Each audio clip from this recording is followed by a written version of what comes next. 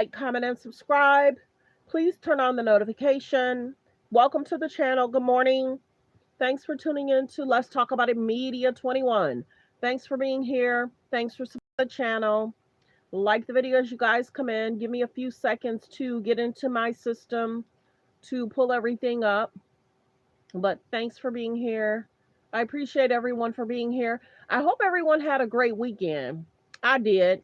It was nice, relaxing, busy, but yeah, got a lot done. That's always an amazing thing when I can get a lot done on the weekends. But just give me a few moments to get into my system, do my disclaimer, and we're going to get into some hot topics, trending topics. I hope everyone's doing okay. We're going to get into some hot topics. Let me know what you guys did over the weekend, and where you're chiming in from. Press 3 if you knew where you're watching from. Press 3 if you knew where you're watching from. Press 5 you've been here before, where you're watching from. So let's get into, let me do my disclaimer. All comments are alleged, period.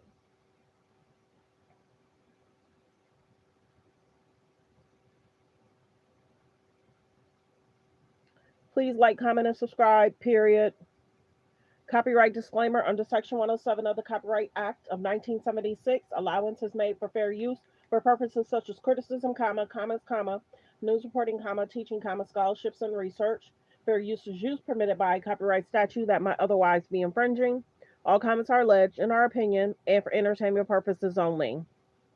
Come on in, like the video as you guys come in, subscribe to the page as you guys come in, continue to hit the like. Hitting the like keeps me in the algorithm. Okay, so there we go with the disclaimer.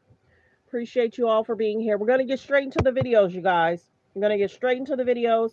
Like the videos you guys come in, and I appreciate everyone for being here. Thank you, thank you, thank you.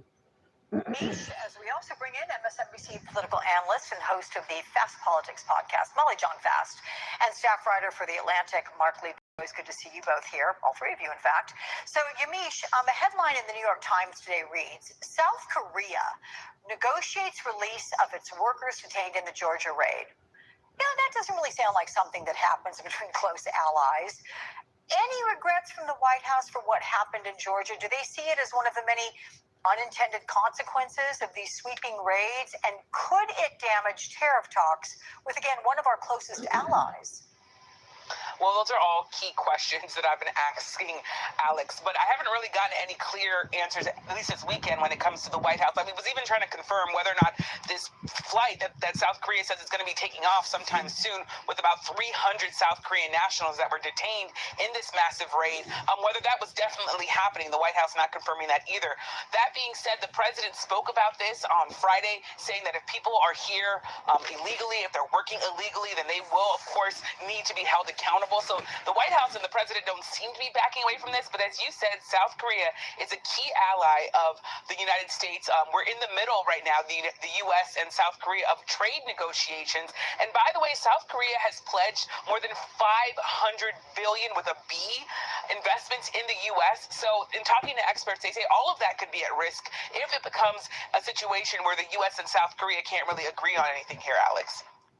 So this one is cool. You basically connect your Shopify account and it's able to pull in your product catalog. And then from there, you can actually choose the exact product that you want to demonstrate. So think of it as like a TV ad with a catalog component where I can choose on the Roku app and immediately it's going to send me a text that comes from Roku and it just says, hey, basically you just watch this and we're going to want to make sure that you get this. And here's where you can create that. So you can create your background color, you can sort of customize a thing. It might be subscribe, shop now, whatever it is. And then you can add a logo or an image in the back. You can customize the same overlay here, press OK, and then they get a text message. And then right from there, the person's able to click the link. In my opinion, I would send them to a specific landing page or a URL with a UTM so you can identify how that traffic from Roku behaves differently. Also, you can then learn to tag those customers, see how those cohorts evolve over time. You might find that the Roku customers have a different like way the video, of like the video. And where the U.S. and South Korea can't really agree on anything here, Alex. That's a lot of money, a lot of investment promised. Okay. So, Mark, as we've reported, a new large-scale ICE operation started there in Massachusetts this weekend. It's targeting, quote, the worst of the worst. Meanwhile, Trump posted, again, we've got to show this AI image. It was posted yesterday, threatening Chicago with the reimagined Department of War, effectively declaring war on a city in this country. Where's the widespread pushback? I mean, how did we get here? I mean, this social media post is sort of an example of even after everything that has gone on in social media and off social media and in the streets and so forth, Donald Trump is still capable of shocking people. I mean, what can you say about this? I mean, I think the real answer is, I'm sure there is outrage on some level, but at a certain point, there is a numbness factor that sets in, and people just sort of have to react in a way in which they don't completely lose their minds every day, because there's plenty of fodder and plenty of material that people could focus on that could really be very distressing to people all day long. So look, I mean, this is a big sort of shock and awe operation, what he's doing in Chicago, what he might do in Boston, what he's done in Washington. Yes, this could probably play out in the courts, but this takes a while. So he's getting these headlines, he's sort of making this statement, and the truth will sort of fall up, or the justice will sort of follow up on this, and ultimately Donald Trump feels he's going to reap a political benefit. That may or may not be true, but certainly it's troubling in the short term. So let's add to this, Molly, that exchange on X by Vice President J.D. Vance, who called killing cartel members the highest and best use of our military, saying he doesn't give a S blank, what people call the U.S. strike on an alleged Venezuelan drug boat in the Caribbean. He said that after someone posted, hey, killing citizens of another nation who are civilians without any due process is called a war crime. Trump's response to Chicago, Vance's response here, they do have an air of hostility. Can you explain that? And what do you think of Mark's assessment that we're all just kind of becoming numb to this unprecedented tenor that we get from our highest leaders in the land? It never happened before the Trump era. Yeah, I mean, I don't know that certainly to survive, we have to be thoughtful about the things that get us upset. But, there were marches yesterday in the District of Columbia. There are huge marches in Chicago. People are, I think, reading this for what it is. The thing I would caution is Trump is not going into these blue cities and blue states because he wants to fight crime, or because his administration, by the way, the administration doesn't have the same message that he does, right? Or they want to fight illegal immigration. Both, you're in trouble when they can't even agree on the same story.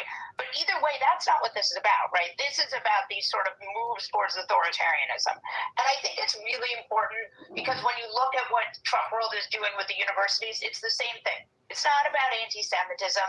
They're not trying to stop anti-Semitism. They're trying to control thought. They're trying to control money. They're trying to control admissions. They're trying to, put in a sort of authoritarian playbook. So I think it's really important that we just call a spade here.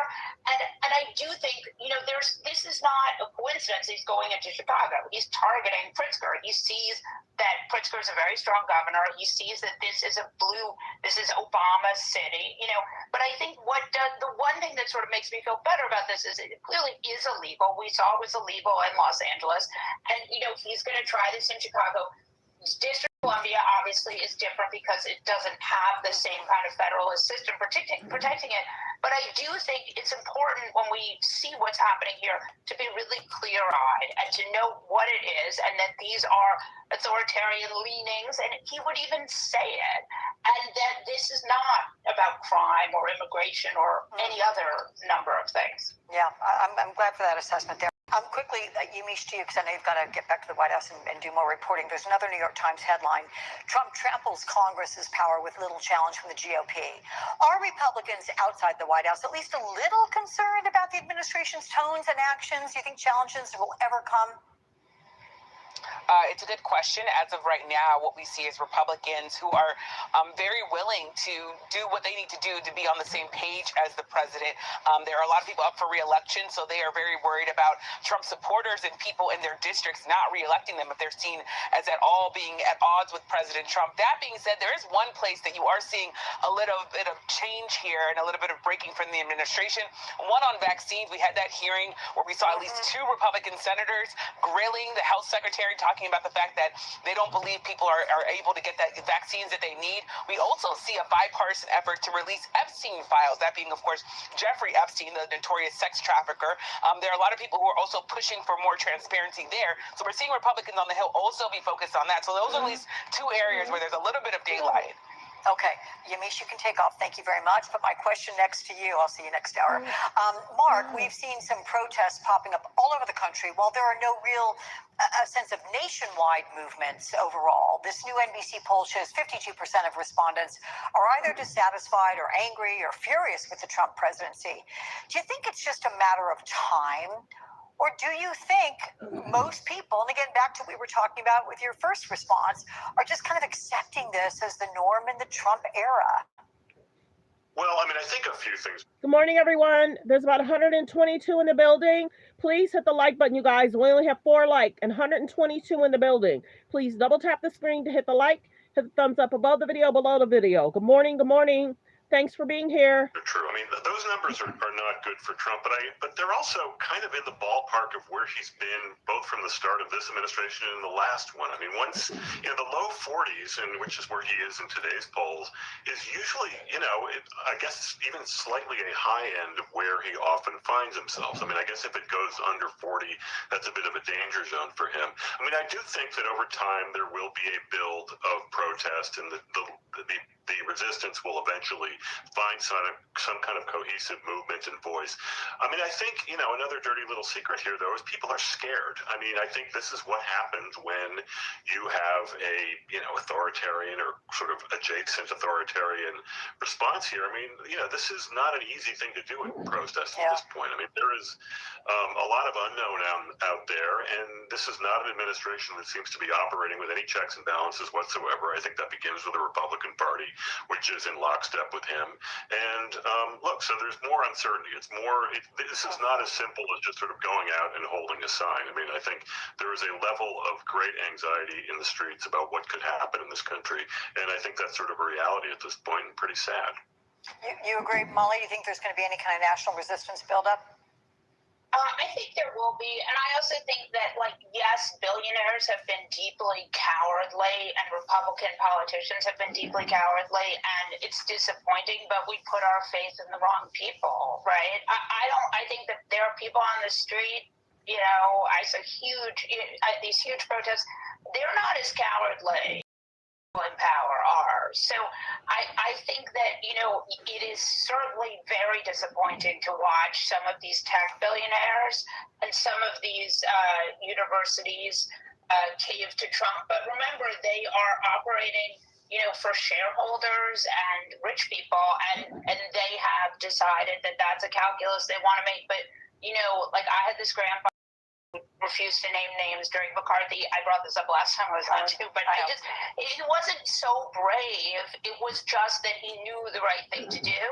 And in some ways, we have, even though obviously this is very scary, we have a lot more power now.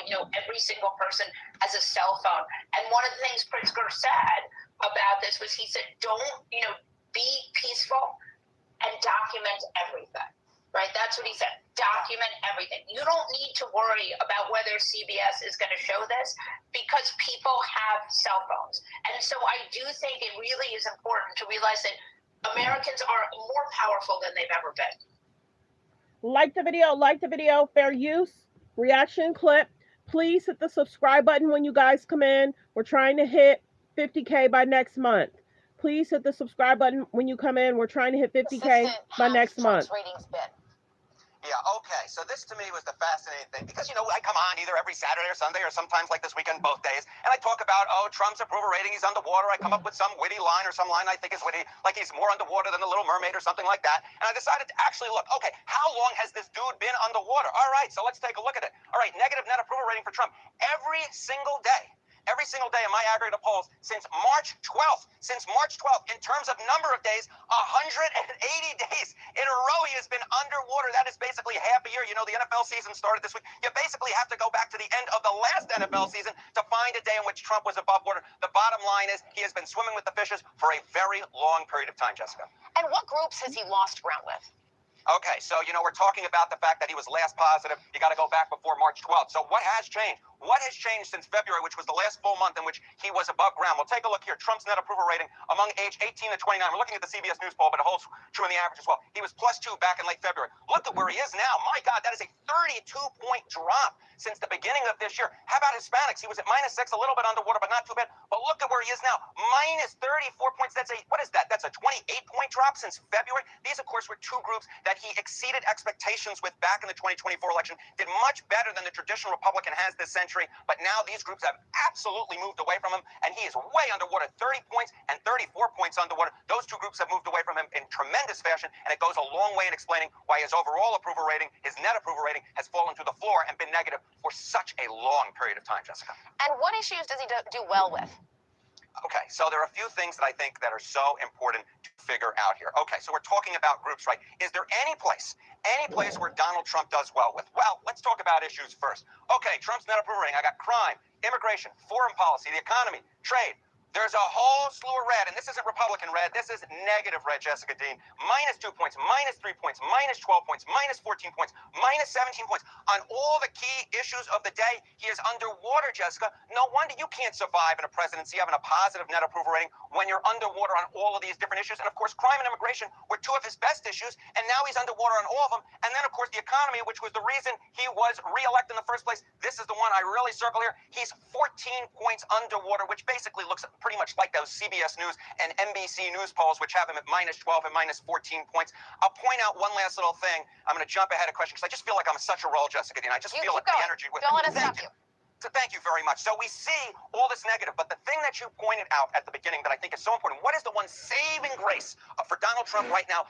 Is the Republican base. What are we talking about here? Well, take a look here. Republicans who approve of Trump. Well, in the CBS back in February, look at this. It was 90%. Look at where it is now. You mentioned it at the top. It's at 91%. As long as this Republican base sticks with him, as long as he's hearing the good news from the conservative talk radio host, as long as he's hearing the good news from the folks out there on the right, he's going to think he has very strong support. So I don't think that Donald Trump is going to do anything differently as long as this 91% holds. And as I said, it's steady as ever because that's actually a point higher than it was in February, Jessica. All right, Harry Enton, running the numbers as always. Thank you very much. Thank you. And let's bring in CNN senior political commentators David Urban and Van Jones. David is a Republican strategist. Van worked for the Obama administration, and they've both held numerous other positions since then, but that at least gives you a good working idea.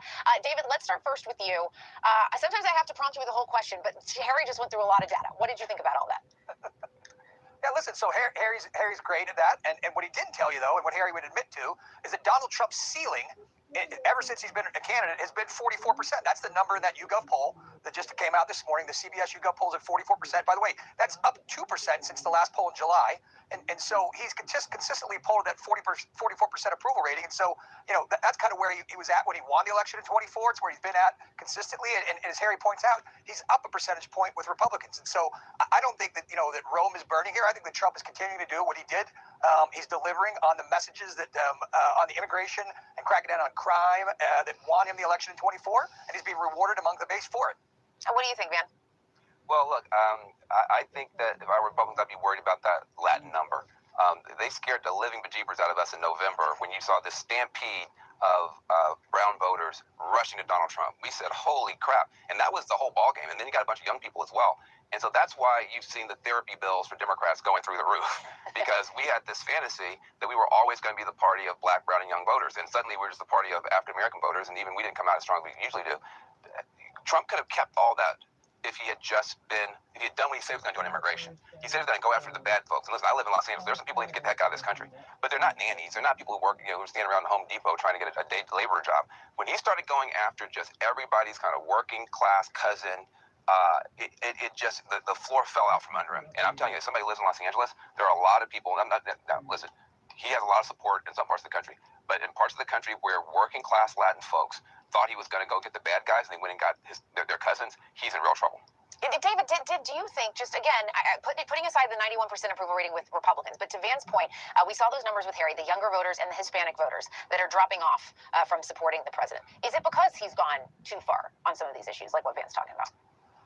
Yeah, look, I don't know if it's that, Jessica, or if it's economic issues. Because if you look at those polls, right, people are feeling it in their pocketbook. Those polls say that, that they're not feeling better about the economy. They're concerned about their future. There's a report out today that I noted that auto loan defaults, prime and subprime auto loan defaults, are at historic all-time highs. So when you can't pay, you have money short, right, in your pocketbook. Yeah. You're paying your rent, you're paying for your food. What are you going to let slip? You're probably going to let you slip your car. So it's kind of the canary in the coal mine as to what's going on. And so I think the challenge for this administration in this upcoming midterm election is to deliver on those economic promises that people talk about sitting around their table every night, whether or not they can pay the rent, pay their bills, buy some new school clothes for their kids. Those are the things that people are talking about in America and want to see addressed. And that's the challenge this president, this administration face. How do you make life better for real people? And you're going to have a referendum on that in these midterms. If you can't turn that feeling. There's about 198 in the building. Don't forget to hit the subscribe button. Please continue to hit the like button. Press 3 if you knew where you're watching from. Press 3 if you knew where you're watching from. Press 5 if you've been here before where you're watching from. Thanks for tuning in. Let's continue. Fair use reaction clip. Republicans are going to be in for a world of hurt. Yeah, because Van, that was a huge, in addition to the immigration and the crime stuff, people were really concerned about the economy in this last election. Yeah, it's true, and it's always hard. If things go well, the president gets the credit. They go bad, the president gets the blame. The problem is the president did promise a lot. He said we're going to have the best economy ever, and there's a particular weakness that you have, and frankly, Democrats have no answer for this either. These young voters that graduated off of a cliff, the last two graduations, where you had so many college graduates who did the right thing, they did their homework, they stayed out of trouble, they at least didn't get as much trouble, they got thrown out of school, and then they graduate and they get a picture with their grandma and no job, and then they still have a job. That is the base for a lot of discontent in the country, and frankly, Democrats and Republicans have great answers.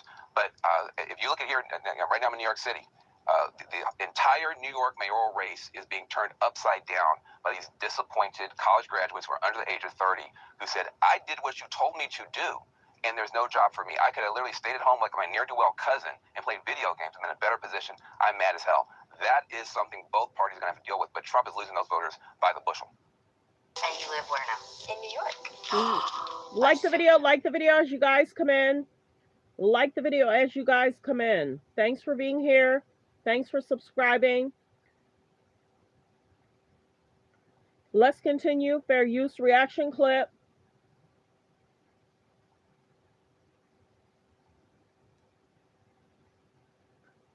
Don't forget to hit the subscribe button. To hit the subscribe button is free. There are memberships over there, but don't forget to hit subscribe. Thank you. Let's continue. Fair use. News Decision Desk poll finds, a recent NBC News Decision Desk poll finds Trump's overall approval rating is at 43%. That's similar to his standing in June. When it comes to economic issues, 39% support his handling of inflation, 59% disapprove of the tariffs and trade negotiations. On the issue of immigration, 47% approve of the president's handling of border security. But when asked if they support deportation efforts, 43% said yes, 57% disapprove. Senator Mark Kelly is also highlighting the impact of the Trump administration's immigration and deportation policies. Here's a video the Arizona Democrat posted to social media. Hey folks, I'm here at the ICE facility in Eloy where I just met with two women, Kelly and Maria, who are in custody, who I think by any reasonable standard should not be in custody here at this ICE facility. One is a business owner in the Phoenix area, has 3 restaurants, 70 employees, revenue of over $3 million a year. She's a job creator, and now she's at risk of deportation. Or a mom of a U.S. Marine who was just visiting her son at Yuma on base and is now in detention for months, who actually has a bond to get out of detention, but ICE refuses to release her. Folks, we've swung from a bad place in one direction to now a bad place in the other direction. And it's a challenging time for our country. But I think we need immigration policy that promotes strong border security, but at the same time treats people, with some empathy and with some respect. And I think under any reasonable standard, any person would tell you that the two individuals that I met with today in this facility should not be deported from our country. Joe, your take on what the senator said? He talked about these two issues, and there are many like them happening across the country. All across the country. And again, this goes back to what we said at 6 o'clock. That we heard during the transition, we heard at the beginning of the term, we're going to just go after the criminals. We're going after the hardened criminals. We're going after the really, really bad illegal immigrants, and we're going to send them home. Well, we've seen time and time again, people who are, as the senator said here, people who are creating jobs, people who are small business owners, people who are hiring American citizens to work, to support their families, are being rounded up and thrown in jail. And one even, again, should be even more disturbing. A woman who was visiting her son on a Marine base is grabbed and deported. A woman who raised her son to be a United States Marine and protect and defend this country is deported, is seized and thrown in an ICE detention center. And as the senator said, may be there for months. These are the hardened criminals we heard about on the campaign trail.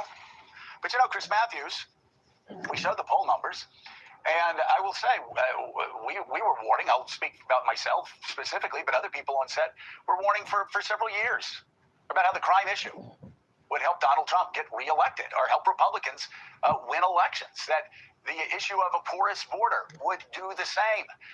And just as the senator said there, we had a bad situation before where the border, you had so many people coming across the border illegally, and people turned on Democrats. It's one of the reasons Democrats have very low approval ratings. I want you to look at these numbers, though, Chris. Yeah. So what does Donald Trump do? So instead of talking about inflation, where his numbers are very bad right now, and that should be very bad news, he doesn't want to talk about inflation, so he'll talk about crime and the National Guard and Shapocalypse Now. Instead of talking about tariffs, what will he do? Or what do Republicans do? They'll talk about trans. They'll desperately search newspapers. They'll desperately search news clips anywhere across America. We're just praying they can find a story about trans. And if they're really lucky, a trans athlete, so they don't have to talk about inflation. They don't have to talk about trade and tariffs. They don't have to talk about the way deportations are being handled. You look at the economy. This is CBS.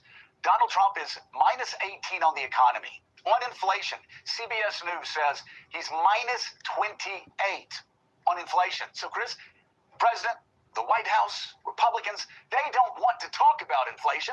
So they'll talk about crime, and they'll talk about trans. And again, instead of Democrats standing there and being shocked and stunned and deeply sad like Democrats always are, they need to take these issues away from the president. And as I said a month ago, If it feels like news no longer serves you, well, that's because it doesn't. It used to help you. Like the video, There's about 294 in the building. Please hit the subscribe button. Press 3 if you're new, where you're watching from. Press 3 if you know where you're watching from. Press 5 if you've been here before, where you're watching from. Let's continue. Fair use reaction clip. Talk about the cost of living. Talk about inflation. Talk about the economy. If they do that, they win. Well, in the real world, you can see things and you judge things by what you can see. First of all, the border's been closed since Trump got into office, and nobody's complained about it. I said this before, no Hispanic leader, nobody's complained because they know the border was open under Biden. They know it. That's why we had the surge. So millions of people from China and everywhere poured into this country legally. Trump was right on that issue, and he is right in closing the border. But the deportations are not going to be popular because anybody with common sense says if you've been here as an American and you obeyed the law and paid your tax and paid into Social Security, in which you'll never get anything out of, you've been a good American. And people don't like those people being pulled out of the country or sent to somewhere. They don't like it, and they don't, and especially when they've been here a number of years. As Trump said about the guys who work on the farms out in California, they should stay here. The people who work in hotels should stay here. Well, so should a lot of those people who've been here for a long time. And the other thing he doesn't understand is you can't keep talking about a Democratic hoax about Epstein. These women out there who were victims of Epstein, and Maxwell spent 20 years in prison for this. This is a real crime. It's not a hoax. These are real faces with real memories, and someday they're going to sit them in front of mugshot, and they're going to looking for pictures of people they remember that they were hurt by. And I'm telling you, this thing is real because people have People are conscious. You know, they know what's going on. Trump keeps acting like people aren't conscious. People know what's going on. If there's crime, they know it. If they hear about crime, they know about it. They knew the border's been closed. They say, good. You've done a good job on that one. Now leave the other people alone. I think Trump is beginning to get a little bit ethereal. He's beyond people now. He was good at knowing what people are up to now. He doesn't understand. When you see those faces of those women from Jeffrey Epstein out in front of the Capitol, look at those faces. They're not miserable, but they have memories. And they know that what's done to them by Epstein and his pals. And they're going to get those names out. No more pages. Nobody wants pages. They want faces and names. They want to know who are the bad guys. And Trump keeps acting like he doesn't know this. He knows it. That's why he's fighting it. This guy is aware at some level of what's going on in the country, but he's fighting it because it's not in his interest. He must have pals in that group or somebody in that group or something because he doesn't want it out. But the American people's attention right now is on Epstein and listening to the people fighting for Epstein. All the Democrats in Congress are voting for this discharge petition. This is real, and he's got to deal with it, and he may not be able to do it. Yeah. And before we go to break, I mean, we don't know if he has friends in there, but I think there are a lot of people who want more answers when it comes to this case, that's for sure. Like the video, fair use reaction clip. Like the video as you guys come in. Thanks for being here. Thanks for supporting the channel. Don't forget to hit the subscribe button. Don't forget to hit the subscribe button. Let's continue. Fair use reaction clip. We have to reclaim the patriotism that we all say spurs us. We have to call the cowards what they are, and we have to defeat them at their own game by showing up despite what they tried to do to stop us. We do not hold the White House, and so we are in a minority position in terms of recognized. We have to reclaim the patriotism that we all say spurs us. Hold on. The bloat, the fog, slow metabolism. Is this just how it is? Like the video, fair use reaction clip. Let me let this go past. Press 3 if you know where you're watching from. Press 3 if you know where you're watching from. Press 5 you've been here before. Don't forget to hit the subscribe button. Let's continue. Line that tells you can't move any further. What I told my colleagues when I asked for the job is, look, I've been a minority for a very long time. I am really good at it. And in this moment, we are in the minority in terms of recognizable political power. We do not hold the House. We do not hold the Senate. The court has, at least at the highest level, has abandoned its obligations. We do not hold the White House. And so we are in a minority position in terms of recognized power, but we are not in the minority in terms of capacity. And when you decide that minority power exists, when you believe them, when they say you can be a minority leader, that's when your mind shifts. And I think your point about the difference between activism and paralysis is you become paralyzed when you think you've already lost. Right, which is what they want because that's cheap. That doesn't require troops on the street. That doesn't require any political advertising. That just requires us to believe their bullshit and their propaganda and their disinformation loop. But I think they are telegraphing their weakness with the rigging of the maps, with the voter suppression. I mean, I think that the most sort of anti-masculine moves they make are all in the category of their electoral weakness and impotence. Absolutely. And I think that's the place where we have to begin, that if what we look for is matching energy, we cannot do it. We do not have the infrastructure to match energy, side by side. But we have different energies. It's what women learned a long time ago. It's what minority populations have always learned.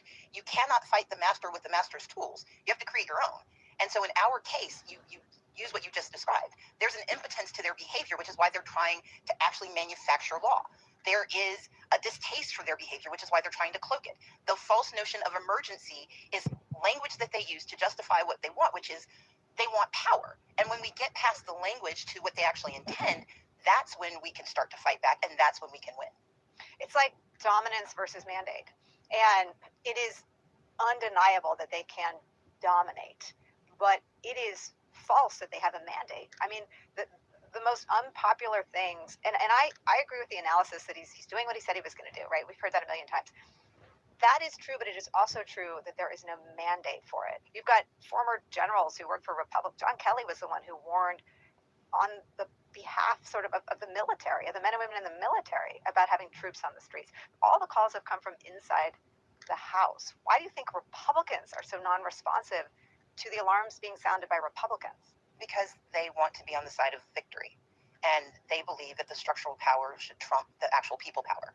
When I watch Republicans bend the knee, and I think that's too weak a phrase, we have active, not just complicity, but active engagement in the dismantling of our country by those who were elected to protect it.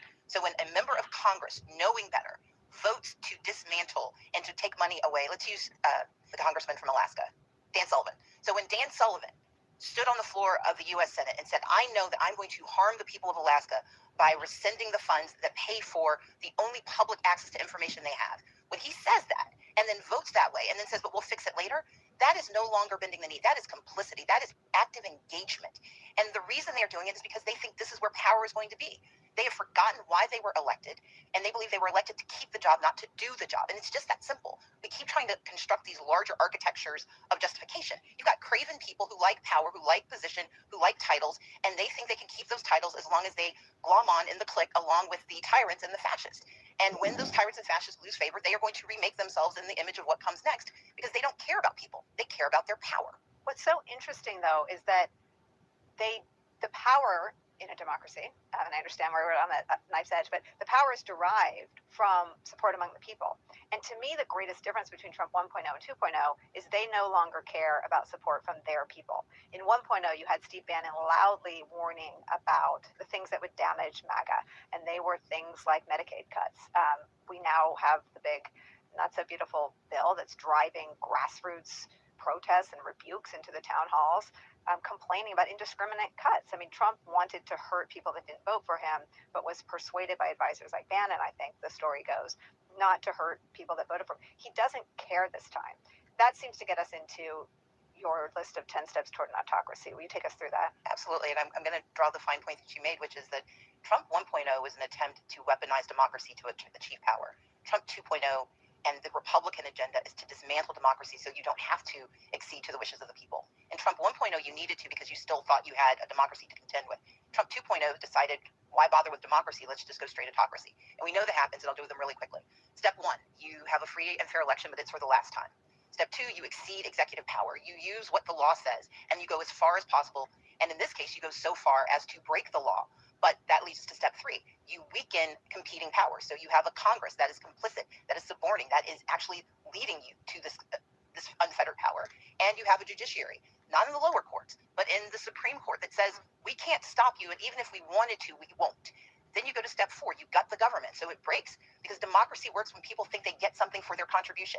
We give you our trust. We give you our votes. You give us the things we need. When you break democracy, when you break government, you break the connection between the people and democracy because democracy has to deliver for people to be willing to sacrifice.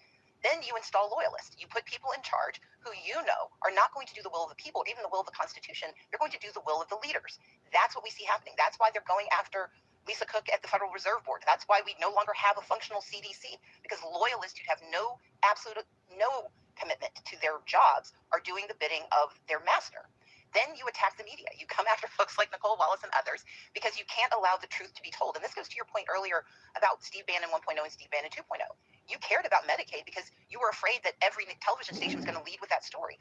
Now that you've fractured the information ecosystem, you don't have to worry about there being a critical mass of people knowing something because you've broken the infrastructure that would allow them to learn it. Step 7, you go after vulnerable communities. That's why the attack on DEI is so aggressive, and is why I think defending DEI is actually the cornerstone of restoring our democracy. Because when you can manipulate and weaponize people against each other, when you get the people to do your bidding, you don't have to do it yourself. So you make transgender children the reason for inflation, and you make immigrants the reason for everything else that's gone wrong. When you go after black and brown people, when you go after the disabled, like the Department of Energy is, they are eliminating Section 504 compliance so that new buildings don't have to comply with ADA. That's all of a piece, because when you can scapegoat the vulnerable, then you pit everyone against each other and they no longer notice what you're doing. Step 8, you target civil society. You sue universities. You get law firms to bend the knee. Instead of doing pro bono to defend rights, they are now doing their best to eliminate those rights. You arrest protesters. You do everything you can to make certain that the nonprofit organizations that fill in those gaps between government and the public and the private sector, that those gaps can't be filled so people fall into the chasm. Step 9, you incentivize private violence and you occupy spaces with secret police. That is what we are watching happen with ICE. That is what's happening with the National Guard. We are watching the weaponization of our communities and the incentivizing of private violence, because if you can make people afraid, they will not speak. And finally, you end democracy itself. That's why you see Texas happening. The gerrymander in Texas to be followed by Missouri and Ohio, those are being done because you want to break democracy at its core. Here in Georgia, 478,000 people were targeted to be purged. And across the country, we are watching law after law weaken and decimate voting. And then you have the unlawful executive orders that are going to try to get rid of mail-in voting, because if people can't vote, democracy can't work. And now you have absolute power for an autocrat and his authoritarian regime. And those are the 10 steps to autocracy.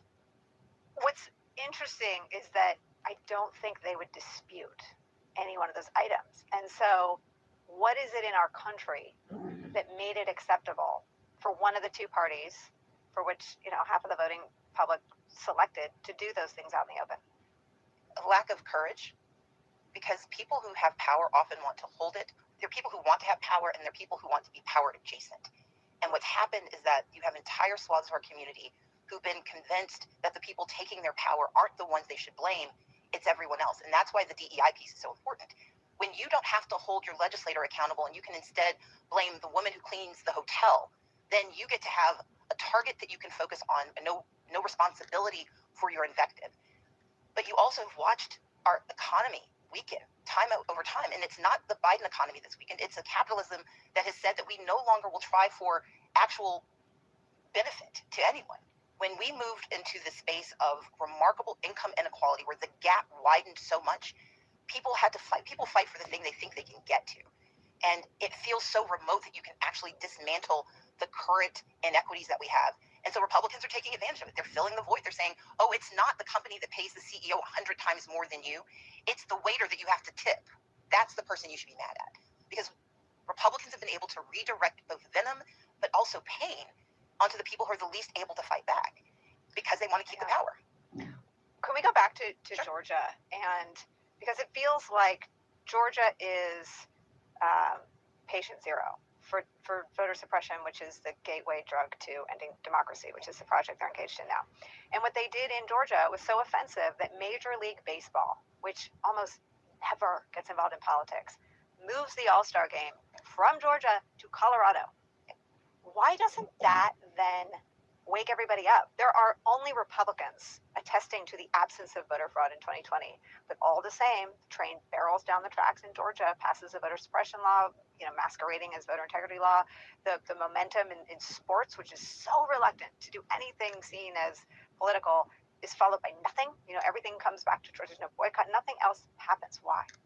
Watch what cheese does to your waistline. Greer. Like the video, fair use reaction clip. There's about 132 in the building. Please hit the subscribe button. Please hit the like button. If you're watching from a phone, press 1. If you're watching from a phone or a tablet, press 1. All it takes is a double tapping of the screen to hit the like. Thank you. Double tap the screen to hit the like or hit thumbs up above the video, below the video. Let's continue. Fair use reaction clip. Because the press lionized Brad Raffensperger and Brian Kemp for not committing treason. Post 2020. That's so true. Wait, stop. Yeah. And Bill Barr for calling Trump's election lies bullshit. Yeah. I mean, I take the point, and I'll own some of that criticism, although I never threw them parades. But I take your point. But Bill Barr is the worst example of that. So he goes before a congressional committee and doesn't lie for Trump, calls his election fraud delusions bullshit, and the parades for him, I think, are still going on somewhere. Exactly. But here's the thing. Bill Barr then is out of power. Brian Kemp and Brad Raffensperger not only remain in power, but are now feted by everyone. They are celebrated. And because they are celebrated for one moment of not vitiating democracy, they are then allowed to rend it apart. Because when the rest of us were screaming, yes, it's good that they didn't break the laws of Georgia, like 49 other secretaries of state and 49 other governors, no one did what they were asked to do because no one could do what they were asked to do. I appreciate the fact that they did their jobs, but that then gave them an exemption for actually protecting the people they were called to protect. Good morning. Good morning. Brad Raffensperger were treated as heroes for democracy while they dismantled democracy in plain sight. There was no voter integrity issue, but they used it in order to limit the number of people of color who could vote. There was no problem with mail-in voting, and now it is harder for disabled people to cast a ballot. They are doing their best to use the distraction, but also, again, the celebrity to justify and to hide their behaviors. And so what happened was the media told them it was okay, because when the Major League Baseball decision was made, Brian Kemp screamed bloody murder, and he got the benefit of every single doubt because they said, well, he didn't bow the knee to Trump. He supported Trump. He did everything for Trump except break his own rules so he could get reelected. There should be no one who says that it is justifiable to deny a single vote to an American who is entitled to cast that ballot and be lionized for doing so because they didn't break the law the day before. Good morning. Good morning. Ask Brad Raffensperger why the law was necessary if he himself can point to zero instances of fraud. Good morning, Louisiana. Thanks for being here, everyone. Thanks for being here. Continue to hit the thumbs up, the like button. Thank you. He has no answer. Exactly. I asked him that question. And what they will ultimately concede is that the political pressure cooker was too much to bear. And how do you create a pressure cooker, though, on the other side and make it politically toxic to lie your way toward voter suppression? Or is that the moonshot? Is that the $64 million question? Well, one, we have to preserve democracy. I think what is happening right now, and this is why I'm so bullish about making sure people understand the 10 steps to autocracy and authoritarianism, because we've got to find the 10 steps to freedom and power.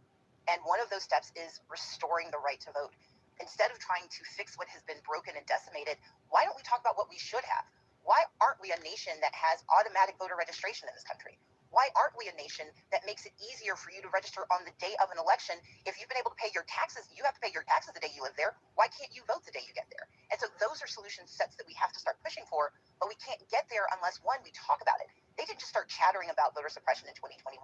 They've been at this since 1965, since the day after the Voting Rights Act. And so we have to do the same job, but on our side. And this goes to my point earlier about matching energy.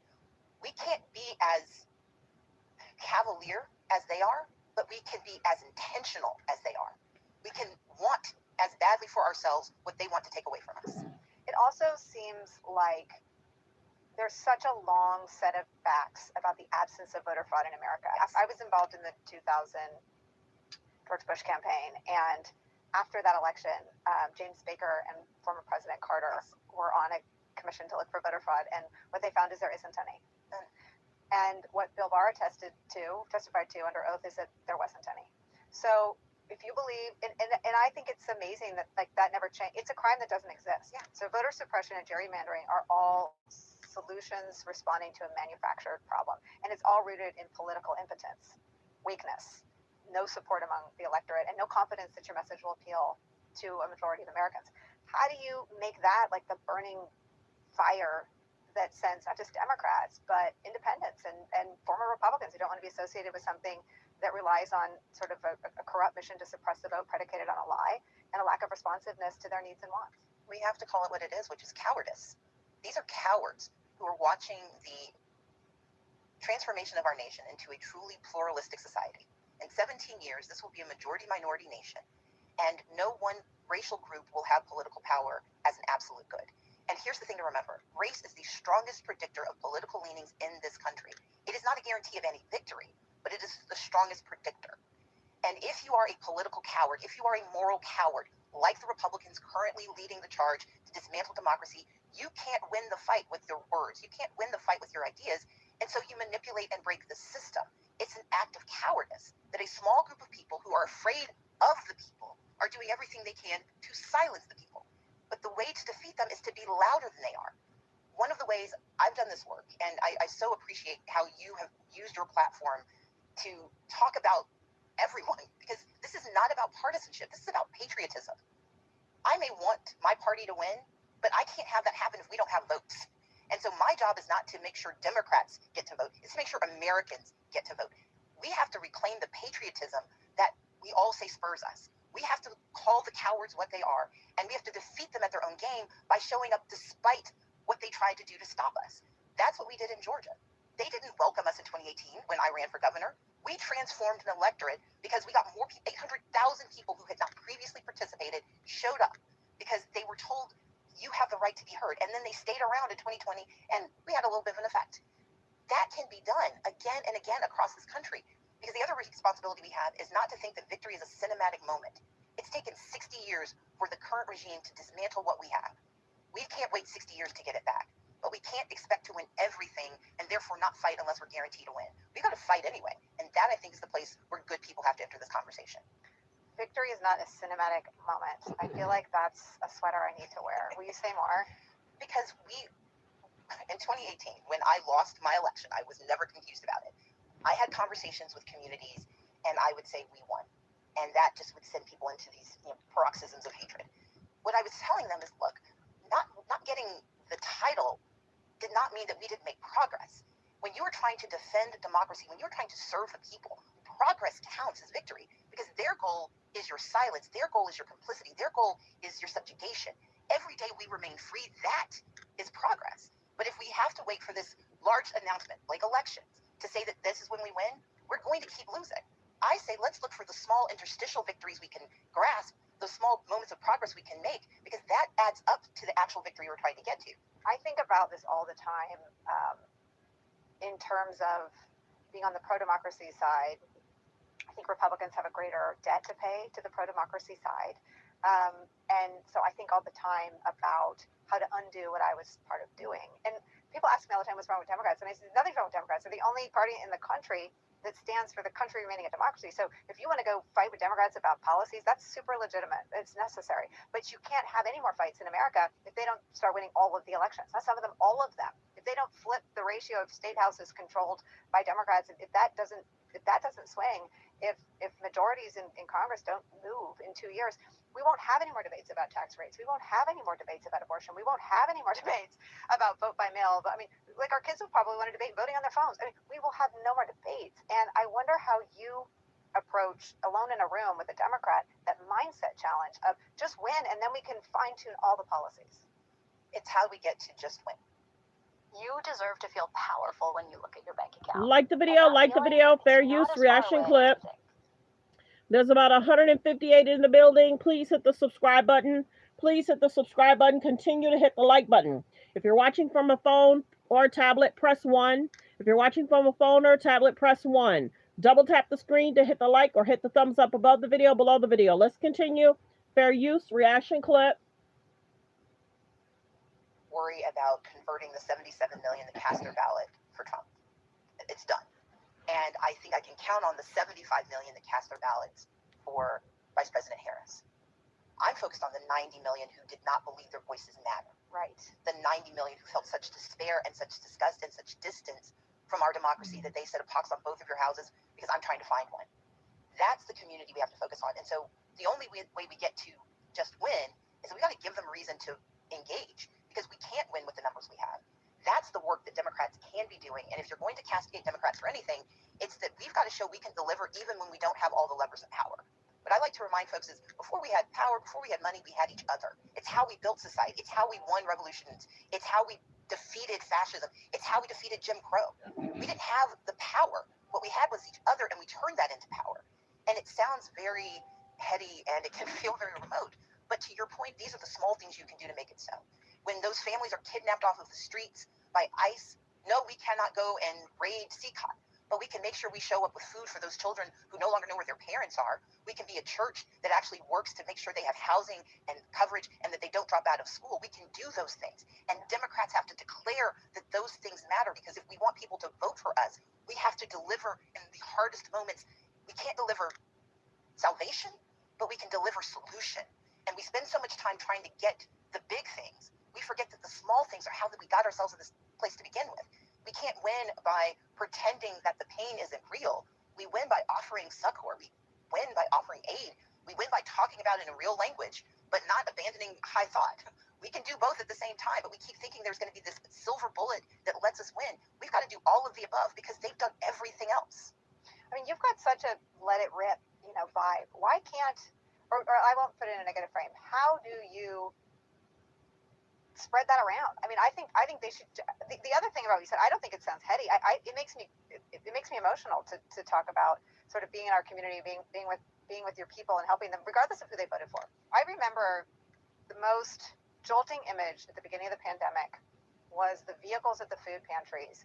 They were new Suburbans. They were fancy Audis. They were people that never thought they'd need food from a food bank because they never thought they'd be laid off. It gets at so many things about our economy, about economic instability. And I point that out just as an indicator of how fragile people's sense of their economic security is. Donald Trump has made it worse. Donald Trump isn't even claiming that the price of anything will go down anymore. He's simply saying more is better. Paying more is better, because he isn't even telling the same lies he told less than 1 year ago when he stood in front of melting meat and said the price of the grocery will go down. So when I win, I will immediately bring prices down starting on day one. We will stop inflation. We will make America affordable again. And we're going to bring back. So let me know in the comments, has your grocery bill gone up for everything? 10 items, 11 items, you're almost paying $80 to $90. Let me know, has your grocery bill gone up? Yes or no? Back the American dream. how do Democrats deprive all of the credibility on economic issues from every Republican in the country? Good morning. Good morning. Calling things what they are. We need to stop saying tariff. We need to call it taxes. He has raised taxes on everyone. The reason he is so aggressively going after Lisa Cook, manufacturing evidence to remove her from office, is because he needs that extra vote on the Federal Board of Reserves, because he recognizes that he is about to preside over having created the worst economy since the 1970s. We're about to have stagflation. We are watching unemployment go up, inflation go up, and economic growth stall. That is purely of his creation, and we need to give him credit every single day. Every time something costs more, every time a small business says that they can't import, every time someone says that we're out of stock because you've got to pay 50% for shipping on everything, we need to call it out. And every person of goodwill with a microphone needs to say it. And if that microphone is a podcast, if the microphone is media, if the microphone is your church, you need to be calling it out. They benefit from the lag time. That's why step 6 of autocracy is you attack the media and you break it. Because if people don't have the truth, they don't know who to blame, and so they turn on each other. But what you can do instead is tell people, here's what's happening. Share information. Repeat the truth. We don't have to lie. We can just keep telling the truth over and over again. But the larger narrative is that it doesn't have to be this way. We are not a nation that's running out of money. We are a nation that just robbed from our children to give the wealthiest humans in history more money. We have to tell that story too, but we also have to explain that disabled veterans lost their jobs under this administration. And when he is angry about the people laying on the streets, ask him how many of those are vets that he refuses to serve, that he had Doug Collins fire, that he allowed Doge to strip of their benefits. We've got to call these things out in real time, but we also have to put them in context. The image you just drew of those food pantries, that will be repeated by November. And we have to know in November that we did everything we could to tell people why it's happening and how they can fix it. They can fix it by voting in every local election, because the people who are in power now got started there. Start fixing it where you are. Start fixing it now. My colleague, Joe Scarborough, has had a really sort of nuanced and interesting, as a former elected Republican, I think, window into Trump deploying the issue of crime at a moment of incredible political weakness. And I want to ask you to just lay over the same sort of philosophy over how you think Democrats should talk about the military on the streets, not good, crime that makes people anxious, something that we are better at solving than they are, when people aren't feeling it, or when Trump is still able to distort the reality there. Because we're repeating the lie and making it true. This isn't about crime. He doesn't care about crime. This is a criminal. So crime is not his issue. He cares about power. He cares about scaring you. If he cared about crime, why is the National Guard picking up trash? Why are they in Republican-led states? Why aren't crime rates are higher? I live in the South. We know crime rates are high. So the point isn't, we have to stop using his language, using their language. And let's be clear, he may be the megaphone. He is not the architect. He didn't make this up himself. And so we've got to stop giving credence to the lie. There is no emergency. This is not about solving problems. This is about taking power. He is trying to distract us, and he is trying to seize power in the capital city. And if this were a story being told in any other nation, it would be that the regime head has now occupied the federal seat of power with military, that he got his cronies to send. That's what he did. We don't need to talk about anything else, because if he cared about the underlying issue, he'd be doing something about the underlying issue. But when we take the bait and do the analysis and ask people, of course, people don't feel safe. That happens in societies, and that should never be diminished, but it should also not be the distraction from what's really happening. Because what they're at risk of is an entire authoritarian regime taking away their freedom of movement. Because do you think those guns won't be pointed at you if he changes his mind about what he's mad about? And you've given him permission to bring the guns to your neighborhood. He is presumed to himself a unilateral power to command the National Guard to roam the streets of America. That's what he said. And that's what we should be talking about. And that's why the 10 steps are so important, because they aren't separate individual pieces. They are the pattern used by every single autocrat in history to take and seize power, especially from a democracy.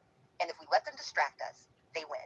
When we stop taking the bait and we start laying the traps, that's when we start to take our positions and our power back. I'm sure you get asked all the time what people can do. What is that answer? Okay, so I'm working on a longer answer, but I'll tell you the short pieces. One is that we keep thinking that all power is concentrated in DC, and you alluded to it earlier. It's in your state legislature. Right now, state legislatures around the country are grappling with the fact that they are about to have a lot less money, but no fewer people and no fewer problems. And they are hoping no one pays attention. person should be showing up at city council meetings, county commission meetings, and state legislative meetings. Because the way those budgets get built by people who are telling folks what they need. So your city council needs to know that you are concerned about what's happening. Are they spending their resources on rounding up illegals, or are they spending their resources on protecting your communities? We need to be asking those questions. And then your state legislature, when they start to slash your education budget because they dismantled the Department of Education, when they can't afford to deploy the Medicaid payments to your local hospital, this isn't just a rural issue. Atlanta lost a hospital in the middle of the city because Georgia wouldn't take money for healthcare. So our first job is to actually let those people who hold power know that we see them. The second is that we have to show up where we are needed. And that goes back to the pantry. It wasn't just the lines of people who were wrapping around. It's the people who showed up to hand out food. Those people send the signal of what we are capable of. And with FEMA being broken, I'm from the Gulf Coast. The storms that are about to hit this country in this hurricane season are going to decimate communities. We are not going to have the infrastructure we need to fight back. We've got to be ready to help, but we also have to be ready to explain that while we're giving the help, this is the one time where I told you so is appropriate. Because people need to understand that the reason volunteers are doing this work is because the government has refused to do their job. What is your advice to people who feel like they've made too much headway on the first list? Like the video. Fair use reaction clip. Continue to hit the subscribe button. Continue to hit the like button by double tapping the screen. If you're watching from a tablet, press 1. If you're watching from a phone, press 1. Let me know. Double tap the screen to get the likes up. Thanks for tuning in. Let's continue fair use reaction clip. A fertile ground. Like they've made too much headway on the first list. I will say that, again, the 10 steps are what works, but the 10 steps aren't permanent. If they can attack the media, we go and find our better information somewhere else. When they tried to dismantle DEI, we fight back. DEI is more popular today than it was a year ago today. I've been working on this since 2023. And the numbers tell us that when he started to demonize communities, when he started to dismantle and fire women, people started paying attention. We have to defend DEI. We cannot let the propaganda win. When we know that they're coming after our elections, show up. What Iowa is doing is a roadmap for everyone. Winning by 11 points is no small thing, but every single state is having some form of election. Overwhelm them with your presence. That's what we can do. We can't stop them from being bad. As I put at the very beginning, as you pointed out, I used to say our job is to stop stupid or at least slow it down. We can be the instigators who force them to answer questions they don't want to answer. We can talk about Epstein, not because of their distraction, but because what does it mean for a nation that is willing to protect those who would prey on our children? We need to ask the theoretical questions, but ask them and demand the truth of the answer from those who are not doing their jobs. We can do all of the above. And the last thing I'll say is this. William Barber did this sermon recently, and he said, Harriet Tubman didn't have email. Susan B. Anthony couldn't do a phone tree. We changed this world over and over again, not because of the technology we had, but because of our will to make things better. We have to believe we are entitled to more. My entire political life is grounded in the belief that poverty is immoral, it is economically inefficient, and it is a solvable problem. We all have those things. When we believe that we are entitled to better, that we are entitled to more, when we're willing to work at it, 9 times out of 10 we win. And it's that 10th time we got to go get our friends so we can win even more. Well, it's the piece that you can. It's the intention. I want to ask you this question out of genuine inability to find anything in the volumes of public statements now that we have after 10 years of Trump. Why is he so particularly angered by strong, smart Black women? Like what like you drive him fucking crazy, excuse my language. Michelle Obama like breathes and he's out of his mind. He feels like a special betrayal from Oprah. Like, what is it about strong, smart, funny? I mean, every Black woman that, even if it's not directed at him, that is powerful, seems to truly terrify him. So I wrote this book, Our Time Is Now, Power, Purpose, and the Fight for Fair America. My book was number 11 on the books that got pulled out of the U.S. Naval Academy Library. They eventually put it back. But they pulled my book out, but left Mein Kampf by Adolf Hitler. Oh my God. I guess that's everything, right? So that's one backdrop. But here's the thing. Black women, statistically, are the most likely to be at the bottom of almost every list if you are looking at social pathologies, the things that cause harm. Black women are often the canaries in the coal mine. Our maternal mortality rates are higher. Our poverty rates. So all of the things that attend either racism or sexism meet with Black women. And societally, particularly at the time that he was growing up, Black women were considered the dregs. It is infuriating to a narcissistic coward that someone he believes to be morally, intellectually, and socially beneath him can call him out on his behavior, and more importantly, can defeat him in the world of ideas and in the places of power he considers his domain. That is why every single insult that he lobs at Black women invariably either speaks to our intellect or our physicality. They called me Stupid Stacy. I think he's called every Black woman he's ever met low IQ.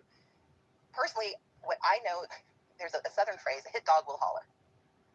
You often point out and critique that which you believe to be your weakness. I will leave it there. What can white people do to be in solidarity with people who are under the most vicious attacks from Trump? We should remember that DEI means everyone. Diversity means all people. There are very few people who aren't benefited by DEI. If you have a job and you are part of a labor union, you're DEI. If you take advantage of the Family Medical Leave Act, that's a DEI law. If you, were a white man educated in the Appalachian Mountains in the last 35, 40 years, even if you've become the Vice President of the United States, you benefited from DEI because the Department of Education was a DEI creation. All of those things can be defended, and not just defended, but lauded. We have to stop apologizing for being morally correct. When did moral correctness become an epithet? I'm the daughter of not one, but two pastors. I was trained to believe that morality was a good thing and that we should celebrate smart. We should celebrate achievement. More than anything, my faith tells me we should celebrate taking care of each other, where everyone can enter, especially white people who want to do better.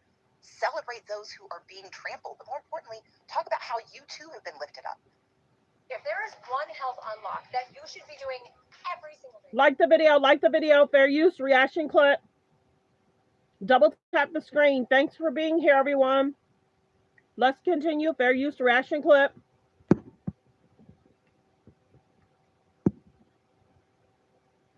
Captain, who became an abolitionist and said, I repent for what I did, and it is grace that made it possible, and now it is my job to do better by others.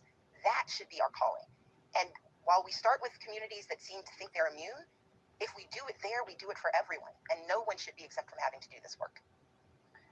What part of all this experience ignited your creative fire such that 3 brilliant best-selling novels spilled out of you? So I've been writing since I was very young. I joke that, when you're a kid, if you tell a story out loud, they call you a fibber. If you write it down, they call you an author. So a writer, yeah. Same. Exactly. And as someone who's written, I love writing. So my first 8 novels were romance novels, and then my last 3 have been legal fiction, and in between I write nonfiction, and I write children's books too. And the reason I write is because we better absorb information through storytelling and through entertainment. And for me, it is, how can I help people own their power and let them believe that they can have it because they enjoyed learning about it. So I could write a very long tome about artificial intelligence and articles about it, and 5 people would read it. I put it in a book, it kills some people, and now a few more thousand will pick it up. And Coded Justice, my most recent novel, is about the intersection of AI, DEI, and veterans healthcare. 3 issues I think are incredibly important, and if I were to talk to anyone about it, they would listen for about 14 seconds. But if you mix them together and you have an intrepid, legal heroine who's trying to figure it out, and you've got cunning AI technology that may or may not be a murderer, it changes the way we think about things. But the end result is the same. People feel smarter, and when people feel smarter, they feel more empowered to do the things they want to do. I think it's so incredible that you took on AI. I'm not AI adverse. I'm just AI incompetent, and I'm AI curious. Okay, stop you on the incompetent. Okay. Competence is not the point. It's the curiosity. That's the thing you should hold to. So what do I do? Which one do you use? Which one do you trust? So part of the point of the book is that AI is everywhere already. If you've ever used Siri, you used AI. Right. Now, the issue is, I think it's in my Amazon. It is. Exactly. For sure in my Amazon. It's in your car. Do you use TSA PreCheck? Of course. You use AI. So we all use it. But the whole point of the book is that we don't have to be experts on it. We have to be conversant in it. Yeah. And the way I try to tell the story is, when you finish, you'll be able to use the phrase LLM and feel like you know what you're talking about. When people talk about the algorithm, you'll know what they mean. If you hear about alignment, when AI models suddenly become Nazis like Grok did, or when they hallucinate, you'll learn about all of those things, but in the comfort of murder mystery. I ordered it. I ordered your book. I want to ask you one last question. I like this idea of I find it totally overwhelming. All the things I'm supposed to do as a woman. I'm supposed to be strength training like things larger than a truck and a it's so I like these like the idea of like drink a glass of water before my 11 cups of coffee. What are your like stackable anti-autocracy habits? Yeah. So the first one, in fact, I'm going to borrow that framing because I think that's brilliant. So the way I think about it, you have things that you can do as an individual, things that you can do as a community, and things that we can do through institutions. And we keep waiting for the institutions to do their thing. Institutions learn from what community demands, and community learns from what people do. And so find one thing, the issue that matters to you the most, and make that the one thing you do once a week. So maybe what matters to you is that you volunteer at a health clinic once a week. Or if the issue for you is hunger, which for me is a big issue, because too many children in our country are hungry. Those children are not going to be able to learn because they're hungry. So maybe you work with neighbors, even if you don't have kids in that school, and you make sure that every Friday children have a little lunch pack to take home with them, because those are 2 days they will not eat if we don't help. So find the one thing you can do as an individual, and then bring friends with you and community, and then show your results to the institutions so they can scale it. That's why we have institutions, to scale what individuals should do, can do, will do, but to make it possible for all of us to do together. I love everything that you have to say, and I guess my last question is, how do we scale you? Well, I'm working hard, and the thing is, we don't need to scale me. We just need folks like you, folks like me, to let everyone else know that they're out there. So, last little anecdote I'll give you. My favorite television show, one of my favorite television shows of all time, is Buffy the Vampire Slayer. So, the finale of Buffy, if you haven't seen it in 15 years, I'm sorry, but the whole point of Buffy is that she is the Slayer, and she's called, and you can only have one Slayer at a time. And they just spell it a couple of times because when she dies and then comes back to life, there are other Slayers. But she realizes at the end of the show that there are people with potential everywhere, and that she doesn't have to be everywhere. She doesn't have to be the Slayer. Her job is to imbue everyone with the knowledge of their potential and to activate the potentials. Nicole, we are all potentials. I learned what I get to do, and I've had a chance to test out my powers. My mission is to activate the potential in everyone else. This is our country. This is our fight, and we can win. But we have to believe that we have the right to victory, and I believe we do. And so good people like you and me, we just have to keep reaching the potentials and getting them in the game. Can we keep this conversation going? Nice conversation with Stacey Abrams. Let's continue. Fair use reaction clip. Like the video as you guys come in. We're trying to hit 50K. We're trying to hit 50K. Like the videos you guys come in. Thanks for being here. Thanks for supporting the channel. Sorry to interrupt, but this is important. Like the videos you guys come in.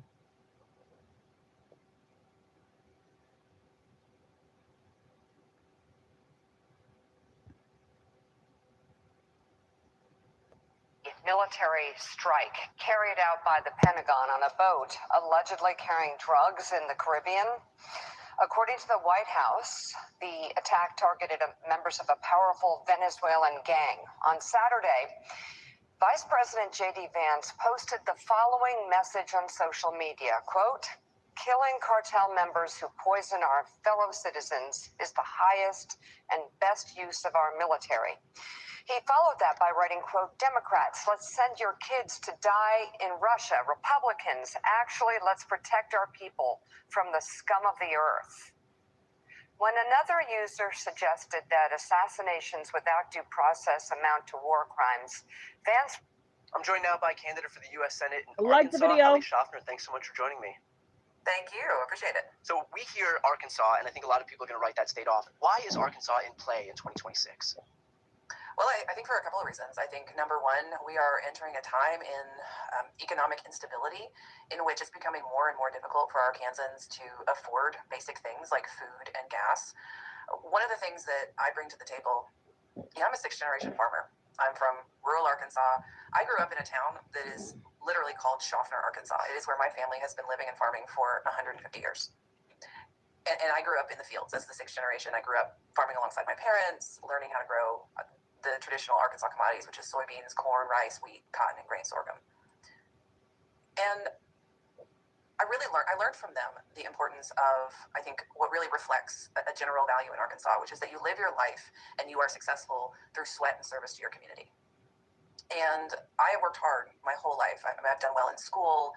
I was valedictorian at my high school. I got a full ride scholarship to Vanderbilt University. I came home and got a Master of Public Service from the school that President Clinton founded here in Little Rock. And I went back to the farm. I've been farming for 9 years as the primary operator. And I became an advocate for family farms like mine, for environmental conservation, regenerative farming. Like many Arkansans, I fulfilled the value of working hard and serving the community. But ultimately, that doesn't mean anything if the system is broken. So this year, along with hundreds of other farmers in Arkansas, we made the heartbreaking decision to close. And because it didn't matter what we did or what crops we planted, it wasn't enough.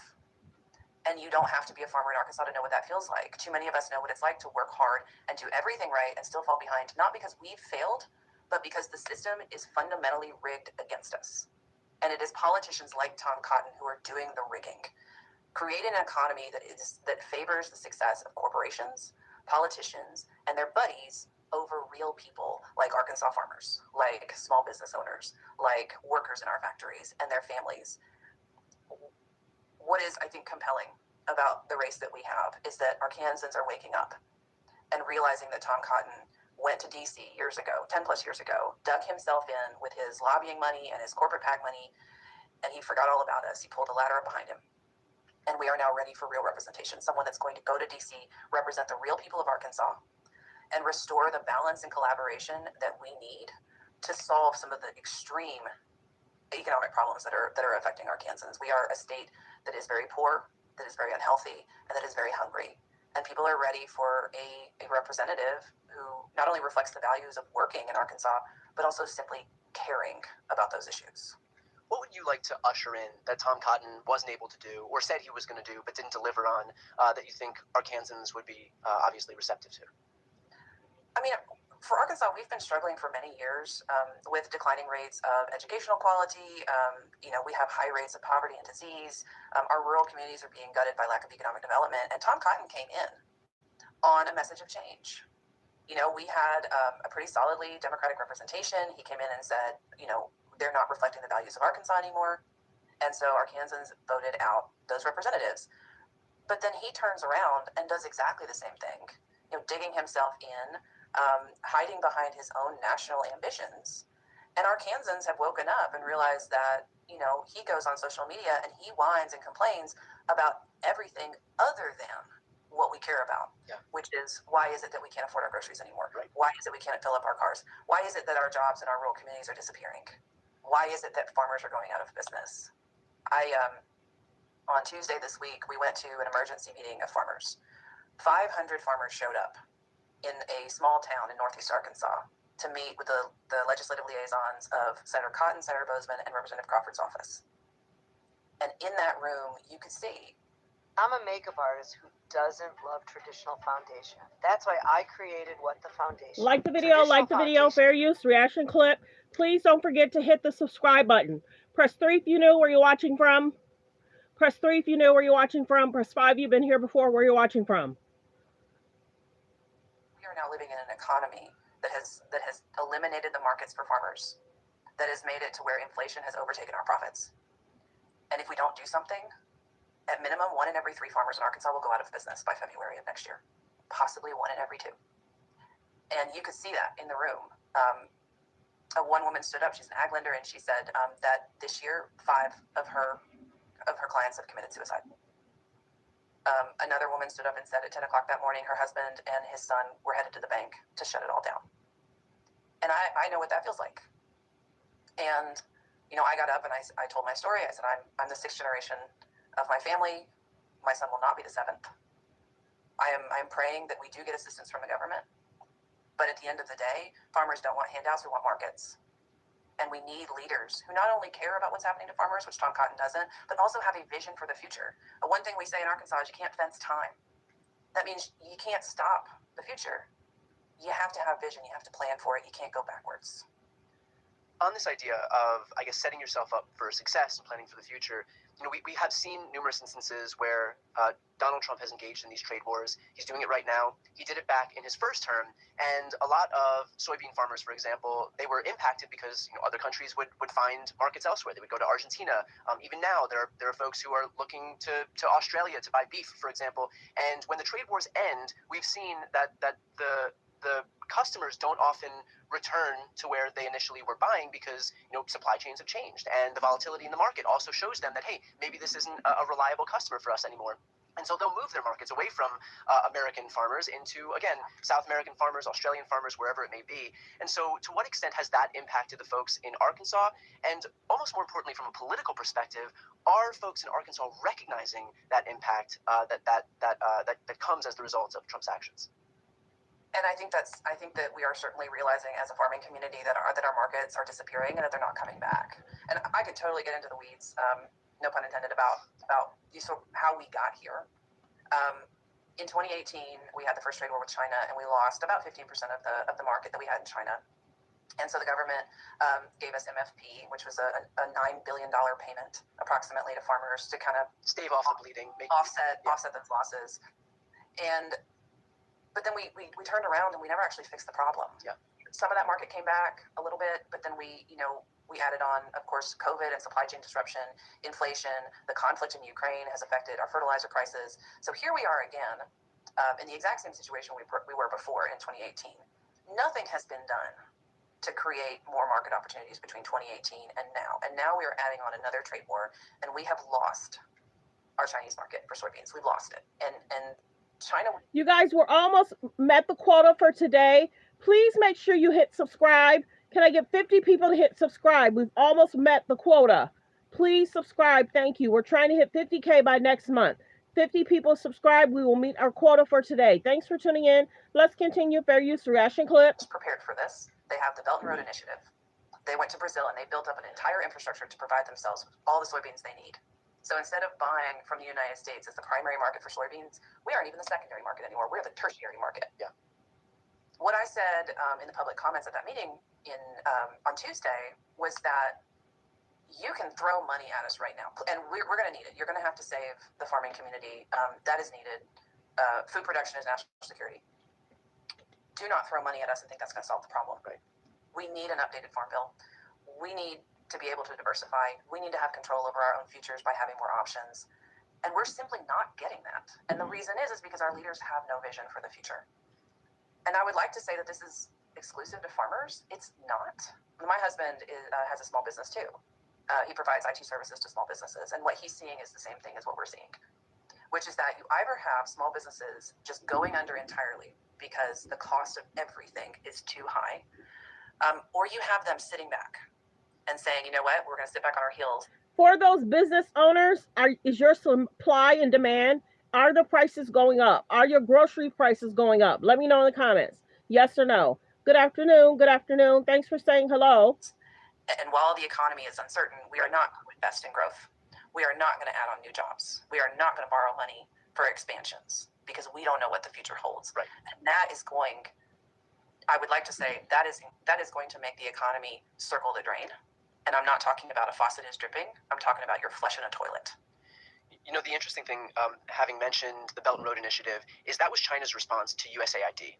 And when the Trump administration and Elon Musk decided to gut USAID and eliminate all of American soft power around the world, it's not like China wasn't prepared. It's not like they haven't been preparing for this. And so when we leave the international scene and that creates a vacuum, not only was China prepared to step in and fill that void, but they already had been. They had already been laying that foundation, that framework to be able to do exactly that. And so it's so ironic that for these people who fearmonger so much about the dangers of an ascendant China, all they've done by virtue of their actual policy is exacerbate and to hasten China's ascent, the very ascent that they were lamenting just prior to that.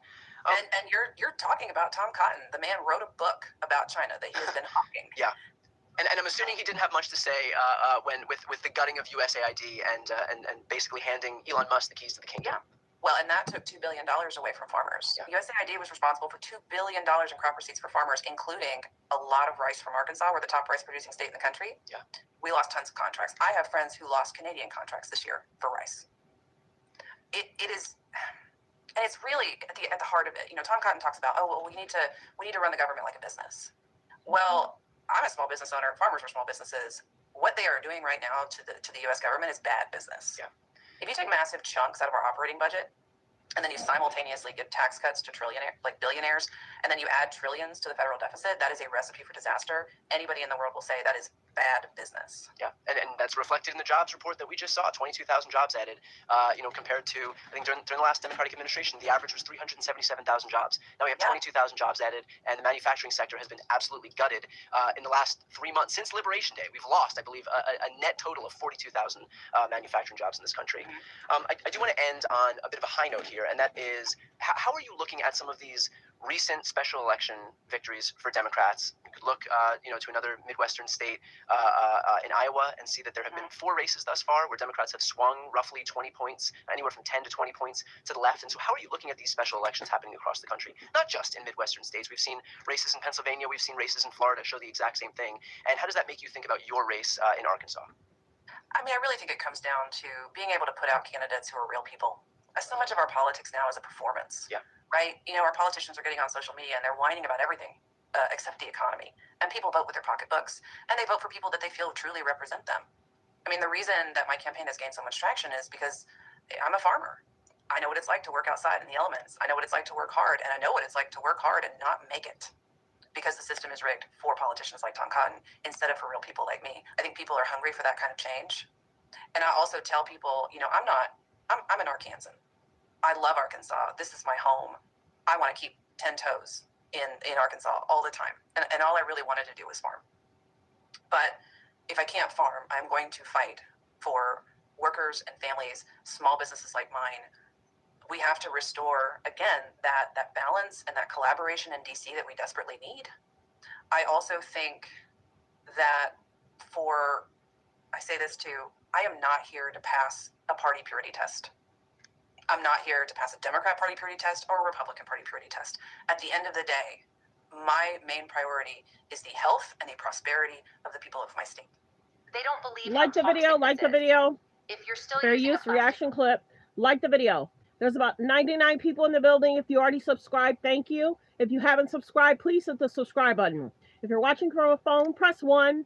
If you're watching from a phone or tablet, press 1. Please continue to double tap the screen to hit the like. And thank you. Let's continue. Fair use reaction clip. It's the health and the prosperity of the people of my state. For folks who are watching and listening right now, how can they help your campaign? They can donate to my campaign through my website, which is HallieSchaffner.com. I am on all of the social media channels, TikTok, Instagram, Facebook. Please follow. I usually do about a video every day or a post talking about, again, the things that matter to Arkansas. I talk about farming. I talk about healthcare. What I always tell people is that early investment in a state like Arkansas, especially one that is going to end up being as competitive as mine, is going to be truly important because it means we can set up the infrastructure we need to win.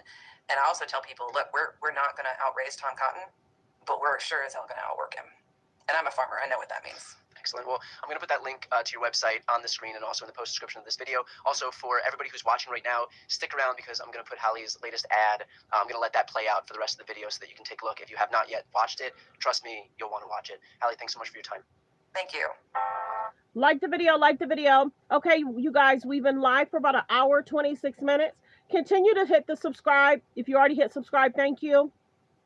Press 3 if you knew where you're watching from. Press 3 if you knew where you're watching from. Press 5 you've been here before, where you're watching from. We're going to get into a few hot topics, trending topics. Like the video as you guys come in. Thanks for being here. Little black. Put some clothes on that little black girl. Kim Kardashian allowed Northwest to come out of the house in a 30-inch bust-down and a miniskirt. That's closer to her crotch than her kneecaps. Again, where's Kanye when you need him? I don't care about what y'all are saying. Oh, we need to stop sexualizing young girls. No, it's inappropriate. She just turned 12 in June. And she's looking like she's 22. Hasn't this family learned anything from Kylie? Next thing you know, she's going to have a predatory tiger of her own. Who said that? I did. There was even one point in time where Khloe Kardashian admitted that she used to sneak out to sleep with older men while she was in high school. Men, plural. They should want better for their daughters. That is a baby. Cover her up. It's too much. The hair, the nails, the mini skirts, and let's not forget her twerking on TikTok with Ronald McDonald. I mean, Ice Spice. Who is protecting her if not her own mother? Kim is taking this I'm not a regular mom, I'm a cool mom way too far. Is it my business? No. Do I have children? Hell no. But am I going to speak on it? Absolutely. Because I see a pattern within this family preying on black men and parading their black children around like props. And I'm going to call it out when I see fit. You're welcome. I love ya. Thanks for tuning in. Thanks for being here. Copyright disclaimer under Section 107 of the Copyright Act of 1976. Allowance is made for fair use for purposes such as criticism, comments, news, scholarships, and research. Fair use is use permitted by copyright statute that might otherwise be infringing. All comments are alleged in our opinion and for entertainment purposes only. I'm going to play this other clip.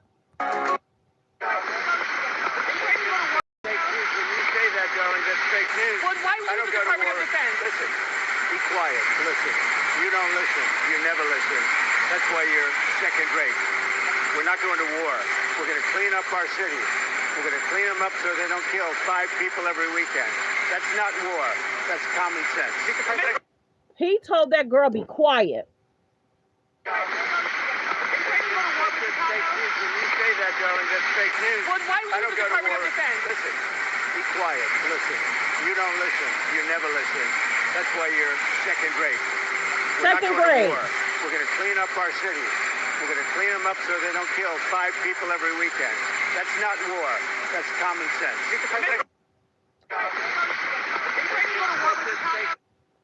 So like the video. Thanks for being here, everyone. I will add that video as a short. Yes, I will. At some point, the Kardashians need to do better. Are they utilizing North to trend and go viral? What should Kim do at this point? What should Kanye do at this point? Or should an agency step in? Are the Kardashians using North to trend and go viral? That's the big question. Thanks for being here, everyone. I appreciate all you guys' support. Thanks for liking the video. Thanks for subscribing. There's about 112 in the building. If I can get 112 to please hit that subscribe button. Today will be an amazing day. If all 105 hit that subscribe button. Thank you. Support the channel by subscribing. Also, super chats are welcome. There are memberships over there. You guys have a great Monday. I have a busy Monday plan, so I have to go take care of business. Thanks for being here. Thanks for supporting the channel. Like, comment, and subscribe. Everyone, focus on healthy, safe relationships. Be around people that's loving, kind, and respectful. Have a great day. Don't forget to subscribe. If you already hit subscribe, thank you. If you already hit the like button, thank you. Let's get the likes to 100, though. Let's get the likes to 100. I'll play this again. Let's get the likes to 100. And parading their black children around like props. And I'm gonna call it out when I see fit. You're welcome. I love ya. Put some clothes on that little black girl. Kim Kardashian allowed North West to come out of the house in a 30-inch bust down and a mini skirt. That's closer to her crotch than her kneecaps. Again, where's Kanye when you need him? I don't care about what y'all are saying. Oh, we need to stop sexualizing young girls. No, it's inappropriate. She just turned 12 in June. And she's looking like she's 22. Hasn't this family learned anything from Kylie? Next thing you know, she's gonna have a predatory tiger of her own. Who said that? I did. There was even one point in time where Khloe Kardashian admitted that she used to sneak out to sleep with older men while she was in high school. Men. Plural. They should want better for their daughters. That is a baby. Cover her up. It's too much. The hair, the nails, the mini skirts, and let's not forget her twerking on TikTok with Ronald McDonald. I mean, Ice Spice. Who is protecting her if not her own mother? Kim is taking this I'm not a regular mom, I'm a cool mom way too far. Is it my business? No. Do I have children? Hell no. But am I going to speak on it? Absolutely. Because I see a pattern within this family preying on black men and parading their black children around like props. And I'm gonna call it out when I see fit. You're welcome. I love ya. Have a great day, everyone. Have a great day. Continue to hit the subscribe button, you guys. We're almost at 100 likes. Can I get 50 people to double tap that screen to hit like? 50 people to double tap that screen to hit like. Or hit the thumbs up. Hit the thumbs up above the video, below the video. Let's get the likes to 100. Let's get the likes to 100. We're almost at 100, you guys. Continue to double tap that screen. We're at 88. Thank you. Let's get the likes up. Thank you.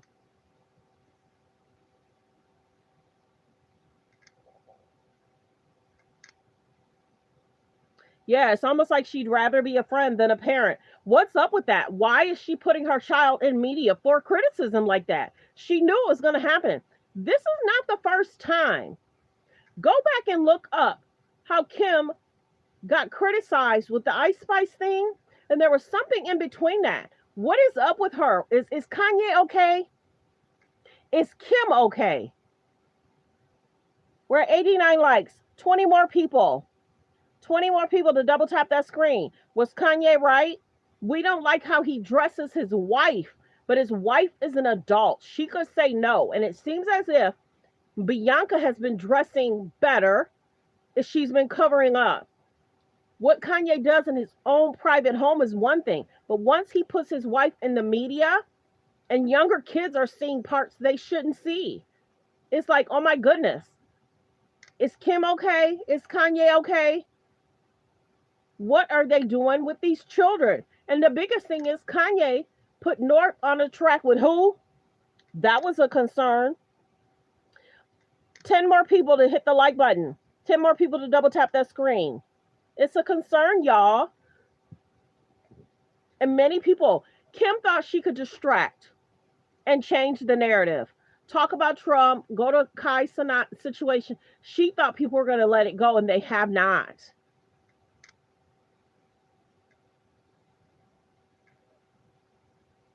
Yeah, she used to date that person. She sure did. And remember how Ray J came out and spoke? And you guys, I was actually supposed to do a weekend update on the Kardashians. I was relaxing. I couldn't do a video. I went live Saturday, but I didn't go live Sunday, and I did a video. But yeah, Ray J called them out. Ray J called them out. Can I get 10 more people to double tap that screen to get the like? We're almost at 100 likes. 10 more people to double tap that screen to get the like. Hitting the like button is free, free, free. Hitting the like button is free, free, free. Are you guys surprised that Trump told that young lady to be quiet? Are y'all surprised at this? When you say that, darling, that's fake news. Why would the Department of Defense? Listen, be quiet. Listen. You don't listen. You never listen. That's why you're second rate. We're not going to war. We're going to clean up our cities. We're going to clean them up so they don't kill 5 people every weekend. That's not war. That's common sense. When you say that, darling, that's fake news. Why would the Department of Defense? Listen, be quiet. Listen. You don't listen. You never listen. That's why you're second rate. We're not going to war. We're going to clean up our cities. We're going to clean them up so they don't kill 5 people every weekend. That's not war. That's common sense. 10 more people. 10 more people to hit the like. We're almost there, you guys. We're almost at 100 likes. Let's get the likes up.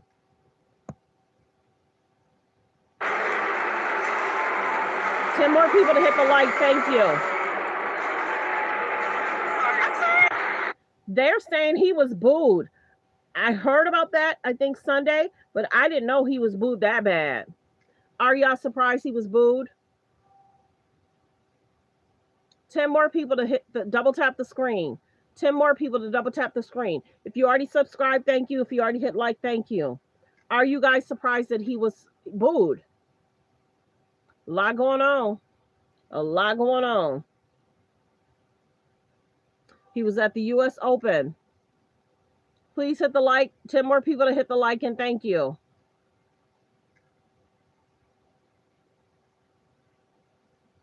Were you surprised that he was booed?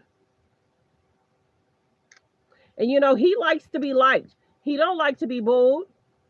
Were you guys surprised that he showed up at the US Open? Him and Melania. I think Melania was there. Was Melania there? I just thought about it. Or was it him and just his Secret Service? 8 more people to hit the like. 8 more people to hit the like. Don't forget to subscribe too.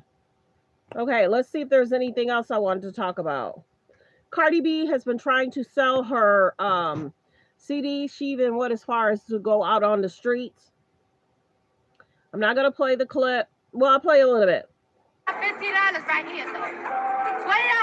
$20. Music. So Cardi B's out there selling. Things are okay. I mean, when you look at Chicago, we have a governor that says that things are okay with crime, except that last weekend, 11 people were killed and 60. So like the video, like the video. Let's see, was there anything else? Yeah. He's being, Mr. Ross is being deposed by Cardi B's team in connection with the alleged defamation tied to Tory Lane. He's not the only one. I think DJ Academic got disposed as two to testify. If you guys did not know, it's being reported that Travis Hunter has cut his dreads. Yes, Travis Hunter cuts his dreads ahead of the NFL career debut. What do y'all think about his hair being cut? I like it. I think he looks a lot better with his dreads gone. 10 more people to hit subscribe and thank you. I think he looks a lot better. What do you guys think? Y'all like his haircut? I do. I really do. And don't forget, he is now a father.